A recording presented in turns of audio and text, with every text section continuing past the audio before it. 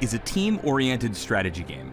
The goal is to work together with your teammates to bring down the enemy nexus, located in the middle of their base before your opponents take down yours. That sounds straightforward, but how you get there isn't, so let's walk you through the basics. You'll start by choosing one champion from a list of many, all of whom have their own unique strengths and personalities.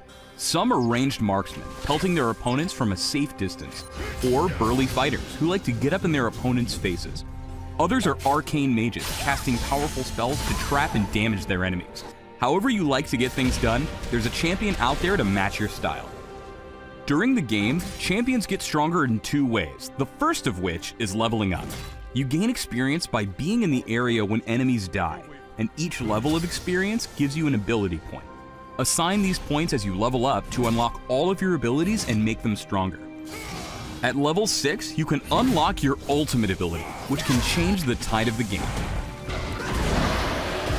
The second way to get stronger is buying items. Items are bought at the shop in your base using gold earned from killing enemies during a match.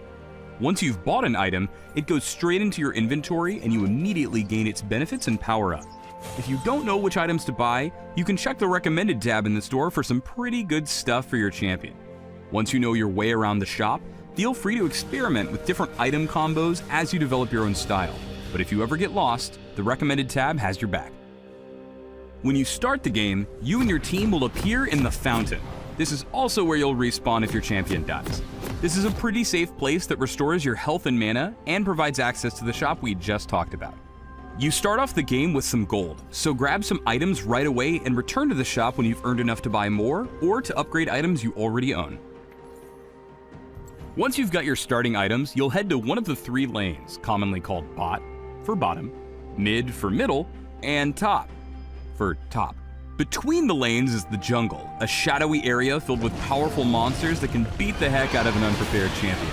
Slaying these creatures will give you gold, experience, and some pretty sweet buffs, but they do fight back, so stay in the lanes until you feel strong enough to take them on. Each lane is a path between the two bases, guarded by a set of powerful turrets. You'll need to destroy your enemy's turrets to get into their base and take down their nexus. That's easier said than done though. Those turrets are perilous, and even the most powerful champion will melt if targeted by one.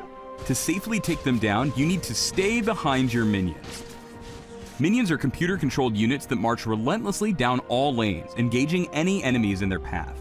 Your opponents have minions too, and you're gonna want to stomp them. You'll get experience when they die, but only the killing blow, commonly called the last hit, will earn you gold, so time your attacks carefully.